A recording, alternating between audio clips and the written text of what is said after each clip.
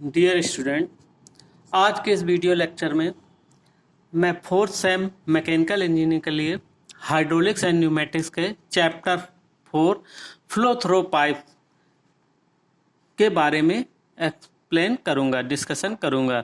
इससे पहले इसी चैप्टर में कुछ चीज़ें आपको पढ़ा चुके हैं, जैसे कि पाइप होता क्या है, पाइप फ्लो, चैनल फ्लो क्या होता है, रेनॉल्ड नंबर क्या होते हैं, चेजी फार्मूला क्या होता है, डार्सी फार्मूला क्या होता है, head loss due to friction. अब हम बात करेंगे व्हाट इज साइफन। साइफन आप लोगों ने कभी सुना होगा, जैसे आप लोगों ने देखा होगा, कभी गांव में देखा होगा, ड्रम में पाइप डाल के लोग और फिर उससे बाहर ऑयल निकालते हैं, तो ये साइफन की क्रिया कहलाती है। तो साइफन का बेसिकली जो प्रैक्टिकली है, एक ऐसे मुड़े हुए पाइप को साइफन कहते हैं जिसकी सहायता से वायुमंडलीय दाब बल का उपयोग करके किसी द्रव को कुछ ऊंचाई तक चढ़ाकर फिर निचले स्तर पर प्रवाहित करते हैं। जैसे कि ये चित्र में दिखाया गया साइफन, ये ई डी और F, this is a siphon नली। ये एक साइफन नली है जिसको कि हम कुछ दूर ऊपर चढ़ाते हैं और फिर इसके बाद नीचे इसमें फ्लो करा देते हैं जिसमें हमें निकालना है। तो ये क्या करते हैं कि यहाँ पर हम एक वैक्यूम क्रिएट करते हैं, यानी वायुमंडलीय दाब से कम दाब डेवलप करते हैं यहाँ पर, जिससे कि यानी उसको किसी चीज से सक करके या जिससे भी तरीके से यहाँ पर हम वैक्यूम क्रिएट करेंगे जिससे कि द्रव ऊपर चढ़ेगा और फिर ग्रेविटी के कारण नीचे जो है वो प्रवाहित होता रहता है। तो क्या होता है कि मतलब इस चित्र में आपने देखा होगा कि द्रवीय ढाल रेखा से ऊपर के साइफन के भाग में दाब वायुमंडलीय से कम होगा। ठीक है, यहाँ पर जो दाब होगा वो वायुमंडलीय दाब से कम होगा। ये चित्र जो आपने देखा, ये साइफन है, तो यहाँ पर वायुमंडलीय दाब से दाब कम होगा और सबसे कम दाब बिंदु डी पर होगा। ठीक है, यहाँ पर जो अभी हमने दिखाया ए बी सी डी जो है वो साइफन है, तो उसके डी बिंदु पर, यानी ये डी बिंदु है, यहाँ पर सबसे कम होगा। ठीक है, साथ ही पानी के सेपरेशन नहीं होने पाए, इसके लिए आवश्यक है कि बिंदु डी पर दाब 2.4 मीटर पानी की ऊंचाई से कम नहीं होना चाहिए, मतलब इससे भी कम ना हो। यानी हम जो हेड के रूप में नापते हैं कितना, 2.4 मीटर पानी की जो हेड है उससे कम नहीं होना चाहिए, इतना बस कम करते हैं, इससे कम नहीं होना चाहिए, अन्यथा पानी का प्रवाह रुक जाएगा। अर्थात साइफन पाइप में प्रवेश द्वार से साइफन के शिखर की अधिकतम ऊंचाई 10 मीटर जल शीर्ष के बराबर होनी चाहिए।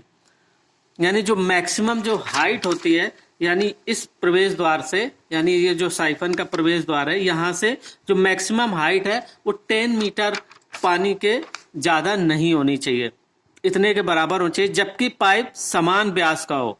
परंतु व्यवहारिक रूप से निम्न दाब पर जल में से वायु तथा वाष्प के सेपरेशन के कारण यह ऊंचाई 7.5 मीटर तक ही सीमित है। यानी इतने तक रख सकते हैं, ये आइडियल है 10 मीटर तक, लेकिन प्रैक्टिकली 7.5 मीटर तक ही सीमित है। तो साइफन को चालू करने के लिए क्या करते हैं, साइफन में से वायु को निकालकर उसमें वैक्यूम क्रिएट करते हैं, है ना। यानी इसकी नली में जो भी एयर होगी उसको हम पहले सक करके निकालेंगे तो वैक्यूम क्रिएट होगा और ये द्रव चढ़ना शुरू हो जाएगा और फिर उसको हम नीचे निकालेंगे तो ग्रेविटी के कारण अपने आप नीचे वाले टैंक में आने लगेगा। ठीक है, तो इस तरीके से पूरे साइफन को पूर्ण रूप से भरकर ये कैसे कर सकते हैं, या तो हम पहले उस नली को पूरी एयर निकालें या पूरी साइफन नली को वाटर से फिल कर दें तो भी हम एयर निकाल सकते हैं, वैक्यूम क्रिएट कर सकते हैं। अब इसके उपयोग क्या है साइफन के, किसी पहाड़ी द्वारा अलग किए गए विभिन्न ऊंचाइयों पर स्थित दो जलाशयों को जोड़ने के लिए, कि एक जलाशय इस पहाड़ी पर, एक दूसरे उस पहाड़ी पर है, तो उसको एक पाइप से उससे कनेक्ट कर देंगे। ठीक है, जल के ऐसे टैंक या हौज या झील को खाली करने में जिसमें कोई निकास द्वार ना हो, कि जो कोई पॉन्ड है ऐसे भरा हुआ है और उससे बाहर निकालने के लिए कोई निकास द्वार नहीं है, तो हम उसमें क्या करेंगे, कोई पाइप डाल के और उसमें सक करेंगे और सक करने के बाद उसको नीचे गिरा देंगे तो वो ड्रेनेज हो जाएगा। किसी घाटी द्वारा अलग किए गए दो जलाशयों को जोड़ने में या दो नहरों को जोड़ने में भी। तो साइफन से संबंधित समस्याओं का हल बिंदुओं ई और डी तथा डी और एफ पर बर्नौली प्रमेय लागू करके किया जा सकता है। यानी किस पे, ई डी तथा डी और एफ पर पहले यहाँ से यहाँ बर्नौली प्रमेय लागू की कि यहाँ पर कितना था और फिर यहाँ पर पहुँच के कितना इसका बढ़ा, फिर यहाँ पर कौन सी एनर्जी थी, अब ऐप पर निकलने के बाद कौन सी एनर्जी आई, कितना प्रेशर हुआ। तो ऐसे सॉल्व कर सकते हैं न्यूमेरिकल प्रॉब्लम I1 के। हालांकि न्यूमेरिकल प्रॉब्लम आपके सिलेबस में बहुत कम है, फिर भी मैं एक एक अभी आगे जब चैप्टर ये फिनिश हो जाएगा तो न्यूमेरिकल प्रॉब्लम भी कराऊंगा। अब आता है कि जब पाइप में कोई द्रव प्रवाहित हो रहा है तो उसके कारण पावर कैसे डेवलप होती है, कितनी डेवलप होती है। यानी पाइपों में जल या तेल प्रवाहित करके शक्ति को, पावर को ट्रांसमिशन करते हैं। इस प्रकार के पावर ट्रांसमिशन का उपयोग द्रव चलित डिवाइसेज जैसे hydraulic press, hydraulic jack, lift, universal testing machine आदि में होता है। यानी विभिन्न बहुत सी मशीनें हाइड्रोलिक ऑपरेटेड होते हैं, तो उनमें छोटे छोटे पाइपों के द्वारा हम द्रव को प्रवाहित करते हैं कि कोई बड़े क्रॉस सेक्शन से पहले छोटे में प्रवाहित किया, कितनी स्पीड से प्रवाहित किया, तो उसके कारण एक पावर डेवलप होती है जिसके द्वारा हम हाइड्रोलिक प्रेस है, हाइड्रोलिक जैक है, जैक में जैसे लिफ्ट करना है तो उसके प्लंजर में हम किसी पाइप के द्वारा जेट के रूप में या जो भी द्रव प्रवाहित करेंगे, जैसे जैसे प्रवाहित होगा तो प्रेशर इंटेंसिटी के कारण उसका प्लंजर ऊपर की ओर चलेगा। इसी तरीके से लिफ्ट मशीन है, यूनिवर्सल टेस्टिंग मशीन आदि में इनका प्रयोग किया जाता है। कैसे शक्ति संचरण होता है, तो देखो इसका फार्मूला निकल के आता है कैसे होता है कि पाइप द्वारा शक्ति संचरण प्रवाहित द्रव का भार पर सेकेंड इंटू संपूर्ण शीर्ष। ठीक है, तो मान लो कि कोई पाइपलाइन है, इसमें W प्रति सेकेंड पाइप में प्रवाहित द्रव का भार है, H पाइप के प्रवेश द्वार पर संपूर्ण शीर्ष है। यहाँ पर जब हम प्रवेश कराते हैं कहीं से भी, चाहे टैंक से या किसी से प्रवेश कराया, तो वहां पर मान लो टोटल हेड H है, कैपिटल H। HF जो है वो यहाँ से यहाँ तक प्रवाहित होने में शीर्ष हानि हो जाती है, क्योंकि जब भी प्रवाह होता है तो पाइपों के में घर्षण के कारण, यानी उनके जो पार्टिकल है उनके बीच और जो द्रव के पार्टिकल है उनके बीच आपस में फ्रिक्शन होता है, तो किसी निश्चित लेंथ तक प्रवाहित होने पर हमें घर्षण के कारण शीर्ष हानि होती है, जैसा कि अभी डार्सी फार्मूला में हमने आपको बताया था पिछले लेक्चर में कि HF बराबर 4FLV²/2GD, यानी L लेंथ में। ठीक है, तो HF पाइप प्रवाह में घर्षण शीर्ष हानि, पाइप के निकास पर शीर्ष क्या हो जाएगा, तो फिर जब H शीर्ष और प्रवेश किया इतनी घर्षण शीर्ष हानि होगी, तो निकास पर प्रवेश शीर्ष कितना होगा, H माइनस HF। अगर HF घर्षण के कारण शीर्ष हानि है तो पाइप के निकास पर उपलब्ध ऊर्जा कितनी होगी, capital W H minus HF, क्योंकि इतना डिस्प्लेसमेंट हुआ और भार कितना था द्रव का, कैपिटल W। तो यदि W न्यूटन पर सेकेंड तथा शीर्ष मीटर में नापे जाएं तो निकास पर उपलब्ध शक्ति जो होगी, पावर जो होगी, वो होगी W H minus HF/1000 kilowatt. यानी ये फार्मूला होता है किसी पाइपलाइन पे जब हम कोई द्रव प्रवाहित करते हैं। तो जब द्रव प्रवाहित होता है तो अगर W भार का द्रव प्रवाहित हो रहा है और संपूर्ण शीर्ष उसकी संपूर्ण ऊर्जा कैपिटल H है, और जब निकास पर जो हमें पावर मिलेगी कितनी मिलेगी, H माइनस HF शीर्ष हानि हो गई, तो W into H minus HF/1000 kilowatt. तो पाइप द्वारा शक्ति संचरण दक्षता जो एफिशिएंसी होती है वो H माइनस HF/H। ठीक है, तो मैक्सिमम पावर कैसे हम निकाल सकते हैं कि मैक्सिमम पावर कैसे होगी कि मान लो पाइप की लंबाई L, डाया मान लो इसका D, घर्षण गुणांक F जो हमने डार्सी में लिया था, और पाइप में प्रवाहित द्रव का वेग मान लो V है, और द्रव का घनत्व जो इसमें द्रव प्रवाहित हो रहा है उसका रो है, द्रव का अपेक्षिक भार मान लो स्मॉल W जो बराबर रो G होता है।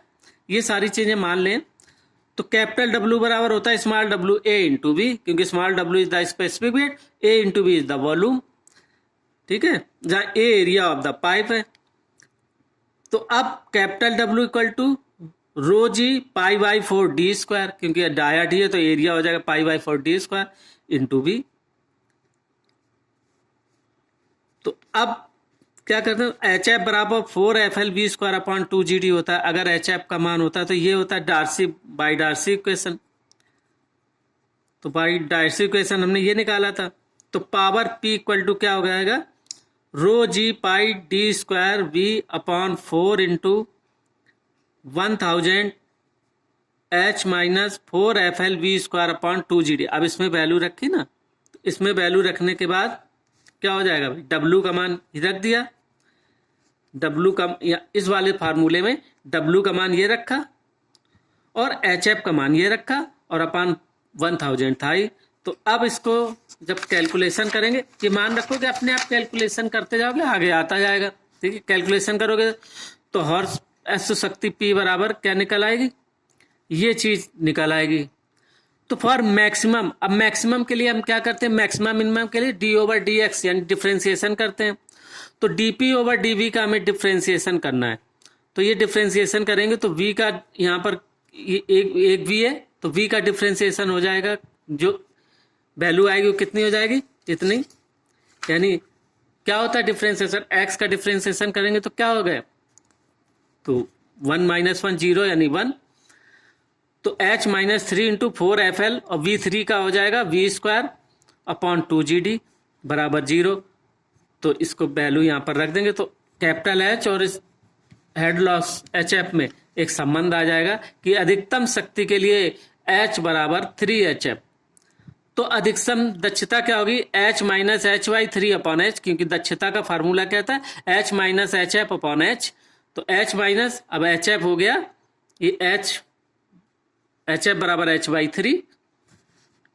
तो 66.67% दक्षता होगी पाइपलाइन के, किसी एक एल लेंथ के पाइपलाइन डाया से। जो मैक्सिमम से मैक्सिमम जो दक्षता हो सकती है वो इतनी हो सकती है, प्रैक्टिकली इससे कम ही होती है। ये तो मैक्सिमम है, जो मैक्सिमम दक्षता वो इतनी हो सकती है, लेकिन प्रैक्टिकली फॉर्म में इससे कम ही होगी। ठीक है, अब एक चीज आती है वाटर हैमर, जल आघात। देखो आप लोगों ने कभी देखा होगा, कभी बाथरूम में आपने देखा होगा कि कोई 1/2 इंची की टोटी है, अगर उसको ऑल ऑफ सडन बंद कर दें तो अंदर एक झंझनाहट सी होती है पूरे पाइप में, और एक आवाज सी आती है, नॉकिंग सी होती है। तो वो एक वाटर हैमर फिनोमेना का समझने का एक तरीका है। क्या होता है वाटर हैमर, कि जब पाइप में प्रवाहित द्रव का वेग v है, तो इसके कारण द्रव में कुछ ना कुछ संवेग अवश्य होता है। देखो जब कोई भी द्रव v वेग से प्रवाहित होता है तो उसमें संवेग भी होता है। तो संवेग बराबर होता है mv, kg/s। अब यदि नल में द्रव प्रवाह को वाल्व आदि की सहायता से एकदम रोक दिया जाए, अब एकदम रोक दिया जाए तो क्या हुआ, वेग शून्य हो गया। ऑल ऑफ सडन तुमने स्टॉप कर दिया, मान लो नल बंद कर दिया, तो जो बह रहा था, फ्लो हो रहा था, वेग एकदम शून्य हो गया।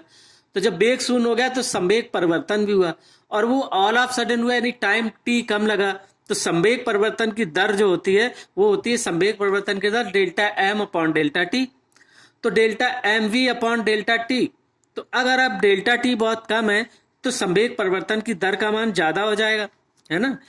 तो उसके कारण क्या होता है, एक इम्पैक्ट फोर्स डेवलप होता है, आवेग। आपने पढ़ा होगा संवेग परिवर्तन की दर लगाए गए बल आवेग के बराबर होती है। तो क्या होता है, इस परिवर्तन के कारण बॉल पर अत्यधिक इम्पैक्ट फोर्स के रूप में कार्य करता है और द्रव में दाब तरंगें उत्पन्न हो जाती हैं, जो नल के एक सिरे से बॉल तक ट्रांसमिट होती हैं, और इन दाब तरंगों की वजह से नल में ठक ठक की ध्वनि होने लगती है, मतलब एक कुछ नॉकिंग सी होती है, आवाज सी आती है। तो दाब वृद्धि को, इसी दाब वृद्धि को वाटर हैमर कहते हैं, और वाटर हैमर का मान अधिक होने पर नल फट भी सकता है। इसीलिए जब बहुत तेजी से जहां फ्लो हो रहा हो और जहां बहुत बड़े बड़े पाइप लगे हो, ज्यादा डाया के ज्यादा इंच के पाइपलाइन हो और तेजी से प्रवाहित हो रहा हो, तो वहां ऐसे वाल्व नहीं लगते कि जो तुरंत बंद हो जाएं। बहुत धीरे धीरे बंद होने वाले और बहुत धीरे धीरे खुलने वाले होते हैं। वो किस लिए, कि टाइम ज्यादा लगे। टाइम जब ज्यादा होगा तो संवेग परिवर्तन की दर कम होगी, संवेग परिवर्तन की दर कम होगी तो लगाया गया इम्पैक्ट फोर्स कम होगा, तो पाइप सुरक्षित रहेगा, क्योंकि इम्पैक्ट फोर्स के कारण पाइप फट भी सकता है। तो इसीलिए आपने देखा होगा कि जो बड़े बड़े, जहां पर बड़े बड़े पाइपलाइन बिछे होते हैं और उनमें हाई प्रेशर से प्रवाहित हो रहा हो द्रव, तो उसके बॉल्व ऐसे बड़े बड़े होते हैं कि खोल भी नहीं सकते। आप जैसे छोटे मोटे दुबला पतला तो उसको चालू नहीं कर सकता, खोल नहीं सकता, बहुत स्लो बड़ी मुश्किल से खुलते हैं। वो इसीलिए बनाए जाते हैं, नहीं तो पाइप फट जाएगा। अब इसको हमें एक्सप्लेन किया है एल्जेब्रिक फॉर्म में, कि मान लो ए अनुप्रस्थ काट क्षेत्रफल वाले किसी पाइप की लंबाई L है। मान लो एक एग्जाम्पल लेते हैं कि L लंबाई तक फ्लो कराते हैं, तो वाटर हैमर फिनोमेना देखते हैं। इसमें रो घनत्व वाला द्रव v मीटर/सेकेंड वेग से प्रवाहित होता है। पाइप में लगे बॉल को बंद करने में लगा समय मान लो t। तो द्रव की संहति m बराबर है W/g। m संहति होती है और W बाहर होता है। तो कैपिटल W बराबर स्मॉल w इंटू ए इंटू एल, क्योंकि L लेंथ चला, एक क्रॉस सेक्शनल एरिया है, तो वॉल्यूम कितना हुआ, A इंटू एल। तो बाहर कितना हुआ, अपेक्षिक भार इंटू वॉल्यूम। ठीक, तो तो m बराबर हो गया, तो m बराबर W अपॉन जी, तो rho g a l upon जी, तो जी जी कैंसिल हो गया। अब वाल्व को बंद करने में प्रवाहित द्रव का वेग कम होने की दर v माइनस जीरो, v था, अब एकदम बंद कर दिया तो जीरो हो गया, तो v minus zero upon T यानी v अपॉन टी। तो संवेग परिवर्तन की दर क्या हुआ, एम वी अपॉन टी। तो m बराबर हमने निकाल रखा है कितना, ये वैल्यू, तो यहां पर रख दी rho g a l upon g into v upon t. तो बॉल पर दाब तीव्रता P स्मॉल p बराबर क्या होता है, जो फोर्स इंपैक्ट फोर्स डेवलप हुआ अपॉन A, तो rho g a l upon a g into v over t, तो जी जी कैंसिल हो गया, ए कैंसिल हो गया, तो रो एल वी अपॉन टी। यानी जो प्रेशर डेवलप होगा अंदर इंपैक्ट फोर्स के रूप में प्रेशर डेवलप होगा जो वाटर हैमर के कारण, वो होगा rho l v upon t, जहां rho density of water, l length of the pipe जिसमें फ्लो हो रहा है, और वी जो फ्लो की वेलोसिटी है, और इन टाइम टी में इतना फ्लो है। तो यदि समय टी का मान बढ़ा दें तो दाब तीव्रता P का मान भी कम हो जाता है।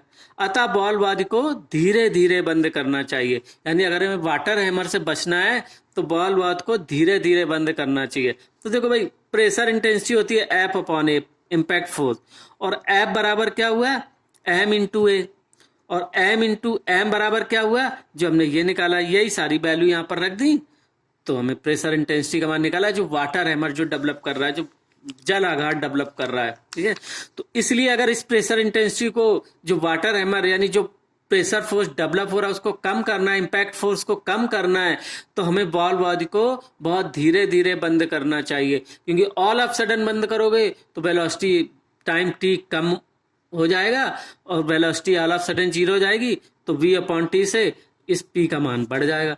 t जितना ज्यादा होगा p का मान कम होगा। ठीक है भाई, तो ये होता है वाटर हैमर फिनोमेना। समझ में आ गई कि मतलब सिंपल रूप में ये समझ लो, कभी भी आपने देखा कि अगर उसमें हाफ इंची की टोटी लगी हो, तुमने तुरंत बंद किया तो निश्चित उसमें खट खट खट कैसी आवाज आती थी, वाइब्रेशन से होता था पाइप में, तो वही that is called the water hammer phenomena, जो प्रैक्टिकल फील्ड में जो आपने दैनिक जीवन में कभी देखा होगा, मौका मिला होगा। तो अब तो इसीलिए डेवलपमेंट होता जाता है, तो बॉल वगैरह भी बदलते जाते हैं, ऐसे नहीं यूज करते, कम ही यूज करते हैं, तो अब वो जल्दी लीक करने लगते थे, क्योंकि इम्पैक्ट फोर्स पड़ता था, तो वो कहीं ना कहीं से लीकेज होगा, बहुत ज्यादा इम्पैक्ट फोर्स हो तो पाइपलाइन ही फट जाती है।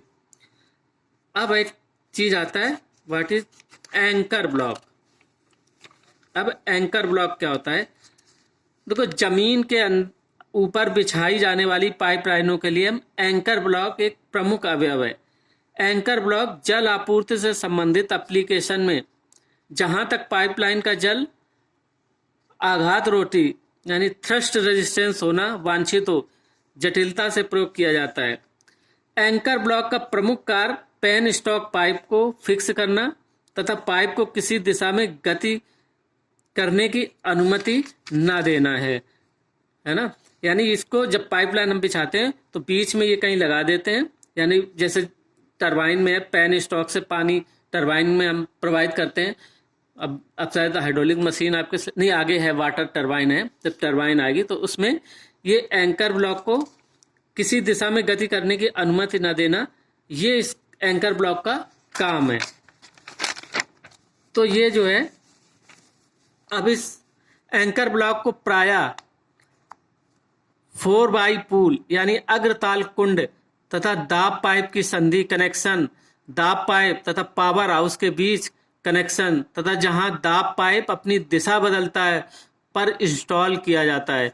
दिशा में परिवर्तन क्षैतिज अथवा ऊर्ध्वाधर भी हो सकता है, कि जहां से पाइप अपनी दिशा बदलता है, कि सीधे सीधे बिछ रहा था अब 90 डिग्री पर बैंड करना है, तो उस जगह पर हम इसको लगा देते हैं एंकर ब्लॉक को। ठीक है, तो ये एक थोड़ा सा कॉन्सेप्ट है कि क्या होता है। ठीक है, तो उसको आप अब जो है ऐसे आप पढ़ लेंगे कि भाई होता क्या है, उसके बारे में थोड़ा सा जानकारी ले लेंगे। एक एंकर ब्लॉक होता है, एक सर्ज टैंक होता है। तो सर्ज टैंक ये चित्र में दिखाया गया, ये सर्ज टैंक कि एक रिजर्वायर से जब हम दूसरे टरबाइन में या कहीं पानी भेजते हैं, तो सर्ज टैंक में एक चीज होती है, मोमेंट ऑफ इनर्शिया के जैसा काम करता है, कि जब हमने बॉल्व खोला तो यहाँ पर कंटिन्यूस सप्लाई मिलती रहे, यानी जब ये इसमें कलेक्ट हो जाता है तो ये क्या कहता है, जब किसी पाइप के सिरे पर फिट हुआ कोई वाल्व अचानक बंद किया जाता है तो इसके कारण पाइप में वाटर हैमर उत्पन्न होता है, जो अभी हमने पढ़ाया था ना। तो इसके अतिरिक्त जल विद्युत संयंत्रों हाइड्रो इलेक्ट्रिक पावर प्लांट में जहां जल की आवश्यकताएं लगातार बदलती रहती हैं, तो ये आवश्यक होता है कि पाइप लाइन में जल का डिस्चार्ज बढ़ाया अथवा घटाया जा सके। तो इस समस्या के समाधान के लिए भाई अब ऐसा होता है ना, कभी कभी घटाना भी पड़ता है, कभी बढ़ाना पड़ता है, कभी अचानक थोड़ा बॉल बंद करके घटाएंगे, फिर यहां से खोल के थोड़ा बढ़ाएंगे। तो क्या होगा, इस समस्या के समाधान के लिए पाइपलाइन की संपूर्ण लंबाई में टरबाइन के पास एक स्टोरेज रिजर्वायर, जिसे हम सर्ज टैंक कहते हैं, ये टरबाइन है जहां पर पानी जा रहा है, इसके पास में एक सर्ज टैंक हम लगा देते हैं, फिट कर दिया जाता है। सर्ज टैंक के बेसिकली दो कार्य होते हैं।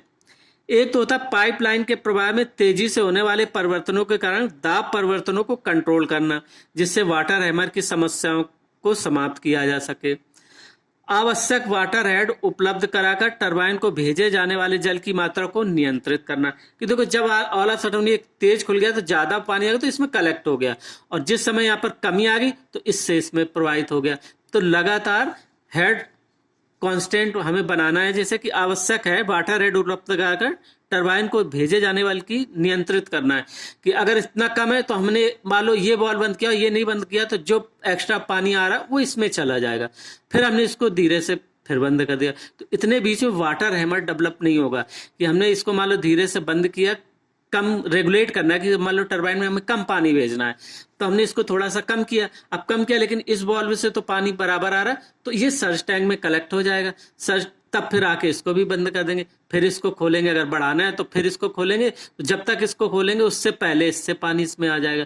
तो ये कंटिन्यूस हम कंट्रोल कर सकते हैं, just like a controlling device है, कि जो भी हमें टरबाइन में या कहीं भी पानी जो है हमें रेगुलेट करना है, उसको उसकी क्वांटिटी को कंट्रोल करना है, तो वहां पर हम इस सर्ज टैंक का उपयोग करते हैं। ठीक है भाई, तो ये होता है सर्ज टैंक का उपयोग। यानी जब किसी पाइप के से ये इसका बेसिकली क्या है कि दो काम होते हैं, कि पाइपलाइन के प्रवाह में तेजी से होने वाले परिवर्तनों के कारण दाब परिवर्तनों को कंट्रोल करना, जिससे वाटर हैमर की समस्याओं को समाप्त किया जाएगा। तो एक्चुअली बेसिकली ये एंकर ब्लॉक भी है और ये सर्ज टैंक भी है, ये एक्चुअली वाटर हैमर इफेक्ट को दूर करने के उपाय है।